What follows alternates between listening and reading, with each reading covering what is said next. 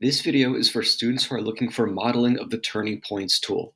The ability to assess an event and determine if it is truly a turning point is a very involved process that requires a lot of information gathering, critical thinking, and evaluation.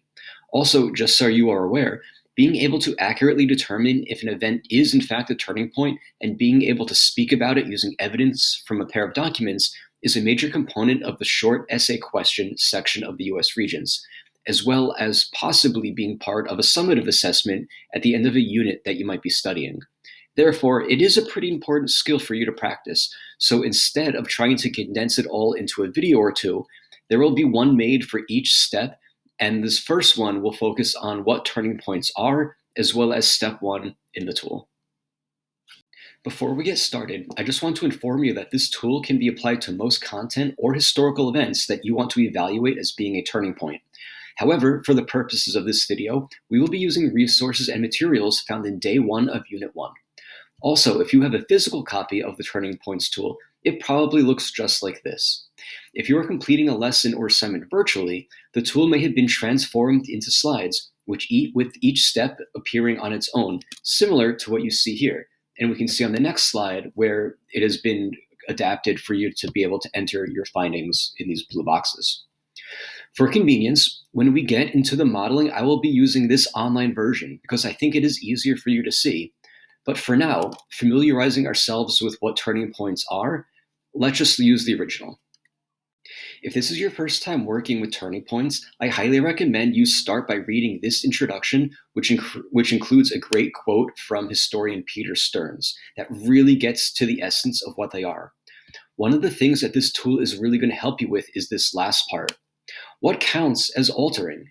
And what does it mean to alter a prior historical pattern? Like it says here, there are three things that we're going to focus on to help us determine this: change, continuity, and historical significance. In case you're wondering, continuity means the continuation of patterns or trends that existed before the occurrence of the event that we think might be a turning point. In a sense, you can view it as being the opposite of change, which is when a new pattern or trend occurs. Historical significance is a little trickier though, because there can be some gray area or even disagreement over whether an event is truly significant. We will deal with all three of these in greater detail when we get to steps 3 and 4.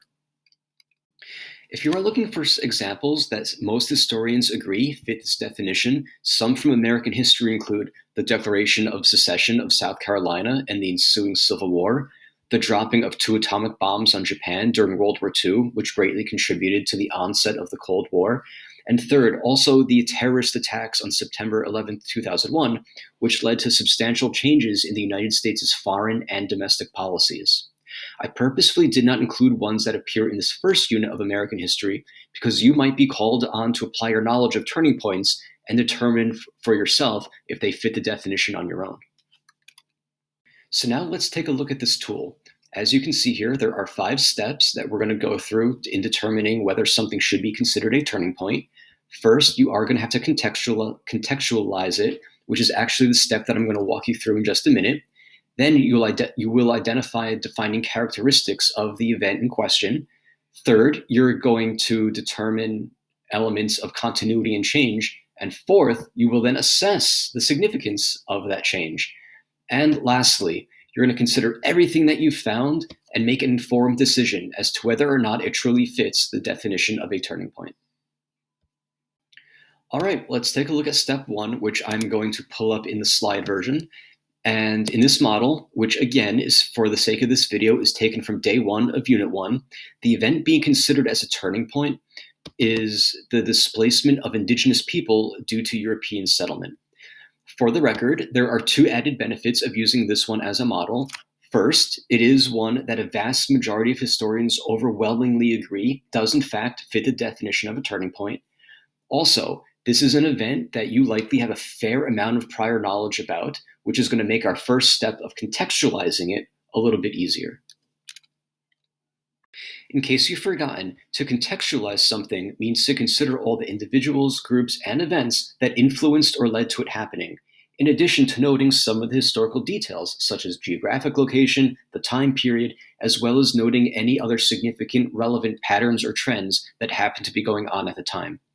In other lessons, you may be called upon to do a deep contextual analysis of a person, group, or event. But for this activity, let's focus on the things that are specifically called for right here. Specifically, where did it happen? When did it happen? What the previous historical period was like, and what were the necessary and contributing causes of it changing, as well as how was the historical pattern altered, and what were the historical circumstances that ended or brought about this new period. You'll notice that it says to be descriptive when noting where and when it took place. That means for where, you want to take note of more than just the singular place that the event occurred, because that might limit your ability to notice larger trends and patterns. For instance, in our example, don't just write America or even North America. You might remember from Global that Spain colonized huge areas of what is now Central and South America, while the French and English colonized present-day Canada and the northeastern United States. Even this isn't fully complete because I haven't said anything yet about the Caribbean or where Portugal and the Netherlands fit into all of this. Which brings me to my next point.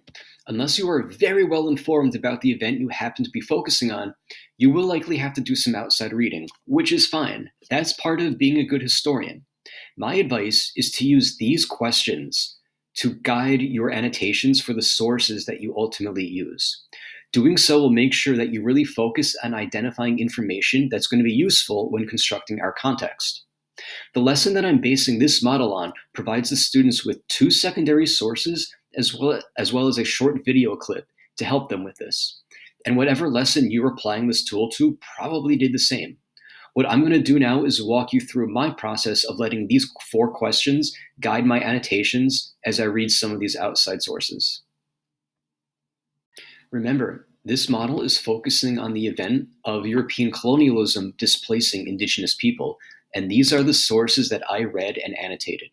Instead of going through an internet hunt, which likely would have taken me a very long time to first find the sources about the specific topic I'm looking for, and then going through the process of ensuring that they're reliable, and then making sure they provide me with a balance of perspectives, I instead relied on sources from this unit that we're studying.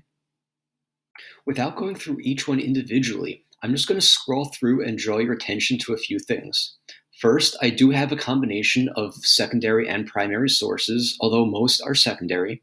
And second, as you can see here, I labeled what I annotated.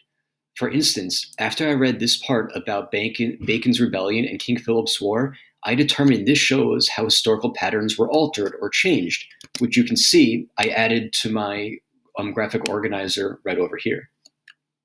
And you can see here, once I get there, once I read the first few lines of this secondary source, I determined that it'd be useful to help me understand what the historical period was like before the event, which you can see I put right down here in this part of the graphic organizer.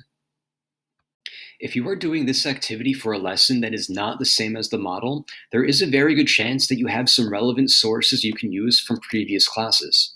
For students that are following along as I model day 1 of Unit 1, your teacher may recommend you do an internet search since it is the first lesson of the year, which is also fine. However, you definitely want to ensure that the sources you do use do what I mentioned a minute ago, namely that they are reliable and they provide you with a well-balanced understanding for all of the guiding questions that you are attempting to find answers to. After you have completed step 1, and I admit contextualization does take a lot of work, I would check your progress by responding to this wrap-up question that appears in the next slide. Doing so will not only give you an opportunity to synthesize all of the information you gathered, but also allow you to reflect on your work so far and even anticipate where this process is going to take you.